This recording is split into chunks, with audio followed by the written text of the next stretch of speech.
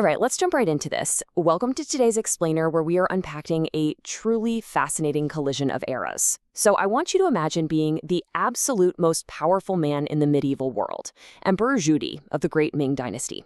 You decide to go undercover, right? You want to inspect the remote, completely desolate island fiefdom of your fourth son, Zhuge. Now, you consider this kid pretty weak, pretty unremarkable, so you're expecting a barren wasteland. Mud, dirt, the usual.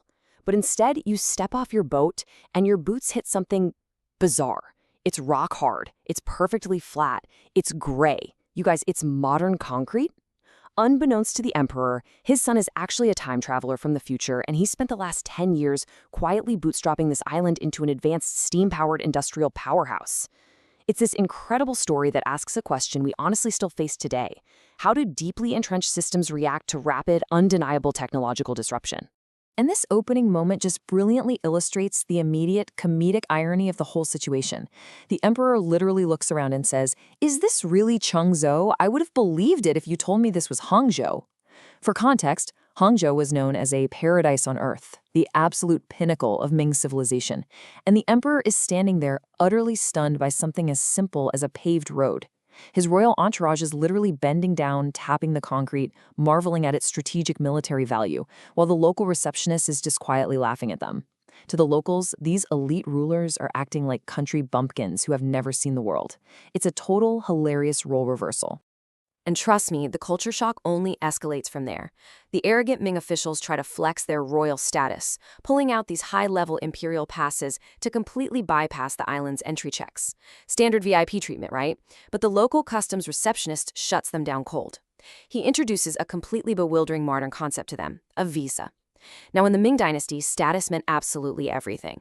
But here, the receptionist explains that a visa enforces strict entry and exit dates, and, get this, if they overstay, they will be deported. The medieval rulers are suddenly hit right in the face with modern bureaucratic border control, and they have no idea how to handle it. Now, you might be wondering why this strict border control even exists in the first place. Well, here is the staggering reason: 10,000. That is the massive number of people who illegally cross the border every single year just to get onto this island. The Great Ming uses a super rigid household registration system. Everyday people aren't supposed to just pack up and move around. So the emperor is absolutely horrified to learn that tens of thousands of his own subjects are essentially sneaking out of his empire, risking literally everything, just to experience the prosperity of Qiongzhou. And the kicker? The island actually gives deported immigrants travel money to get back home, which of course just acts as free advertising for how incredibly rich the island is. The fundamental difference between these two societies is just staggering. It's like night and day. The Great Ming Dynasty is built on strict, unyielding hierarchy. Your worth is entirely based on your birth, and living in the capital is the ultimate status symbol. But down in Qiongzhou, the local guide casually reveals that everyone is treated equally. And even more shocking for the emperor, the prince actually solved a century-old bloody ethnic conflict between the Han and the native Li people. How did he do it? By simply offering equal rights, mandatory education, and forcing everyone to learn to live harmoniously. The emperor is standing there completely unable to fathom that offering social security and schooling could actually be more effective than military suppression. But as wild as the social reforms are, they are nothing compared to the technological shock waiting at the customs checkpoint. The emperor's group goes to wait for their ride into the city, and suddenly the ground starts shaking. A deafening roar fills the air. The royal entourage completely loses their minds. I mean, the top general of the Ming Dynasty literally draws his sword and screams, "Protect the emperor! There's a monster!" And they all dive off the tracks in sheer panic. What they are actually looking at, of course, is a steam train roaring into the station. To understand why this steam train absolutely shatters the emperor's medieval worldview, we have to look at the capacity: 500 dan of grain. The train guide casually explains that a single trip can carry 500 dan. To put that into perspective, the emperor does the math in his head and realizes that to move 500 dan of grain back in his empire, it would require 20,000 horse-drawn carriages, 20,000 laborers, and 20,000 horses. And right in front of him is a single black iron box, burning coal, doing the work of an entire logistical army in a fraction of the time. It's mind-blowing. And here is where the economic reality hits the emperor like a ton of bricks. He immediately thinks, okay, I need to build this for the Ming Dynasty right now to stop rebellions and transport supplies. But then he asks about the price tag. Building the railway network cost over 4 million taels of silver. Now, for context, the entire Great Ming treasury only brings in about 3 million taels in annual silver income. The stark economic juxtaposition here is just wild. The mighty, sprawling Ming Empire literally cannot afford to build what this supposedly weak prince is just casually operating on his little island. So as the train speeds along, the emperor looks out the window and spots thick black smoke billowing into the sky. His immediate instinct as an agrarian ruler kicks right in. He thinks a massive farm is on fire and demands they stop the train to save the crops. But the guide just smiles and corrects him. It's not a fire, it's the island's massive steel plant. What the emperor is witnessing for the very first time is the dawn of heavy industry. And the sheer scale of this steel empire is what really gets him. 900,000 tons. That's what the factories produced just last year alone. When the emperor hears this number, he is genuinely speechless. You see, the Great Ming Dynasty's entire annual iron production across all 13 of its state-run factories isn't even a tenth of this. To the emperor, iron is a highly restricted, precious military material used for swords and armor. But his son is producing so much steel, he's using it to build train tracks, custom houses, and common everyday tools. It makes the Great Ming look like a drop in the ocean. Which leads the emperor to a pretty terrifying question. If the prince has the economy, the steel, and the logistical capability to completely crush the Ming dynasty, why hasn't he? What exactly is he building all this for? The emperor's paranoia peaks here. He naturally assumes his son is secretly preparing for a massive, bloody rebellion. But the truth is actually much more of a blow to his ego. Plot twist. The guide reveals the prince's true global ambition, the Golden Continent. He explains that the prince isn't interested in the Ming throne at all. Actually, scratch that, he doesn't even care about it. Instead, he is building this massive industrial base to migrate his people to a massive, uncharted landmass far to the south, what we know today as Australia. He's looking at a land with endless minerals and fertile soil. The emperor is stunned. The son he thought might be plotting to steal his throne actually considers the Ming Empire too small to even bother with, completely bypassing his father for something so much grander. The emperor is just continually hit with these paradigm-shifting revelations. For example, he learns that the customs office had already notified the prince's mansion of their arrival. How? Through what they call magnetic magic, the telegraph. The island uses the principles of electricity and magnetism to send instant messages over hundreds of miles. It's at this point the emperor really realizes that in terms of communication, logistics, and production, his son's island is operating in a completely different reality than his horse and career empire. Section 1. Miracles of Modern Medicine.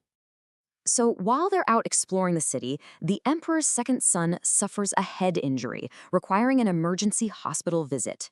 And this brilliantly illustrates the massive leap in knowledge between the two worlds.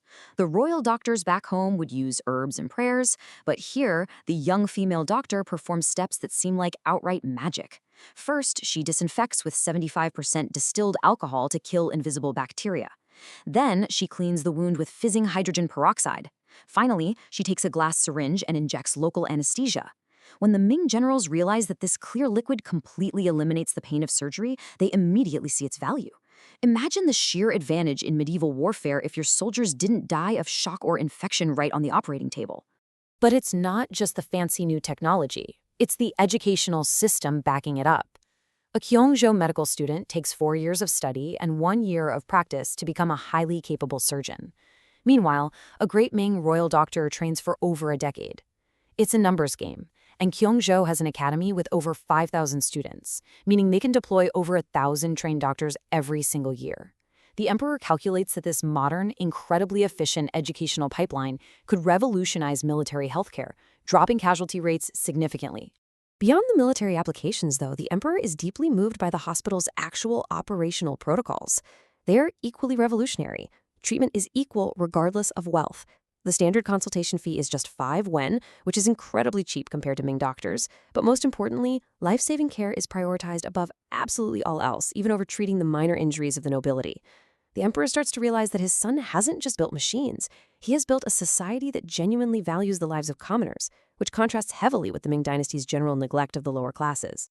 And we absolutely cannot talk about this hospital without mentioning the massive social reform taking place, spearheaded by young professionals like Dr. Jiang Huanzhen.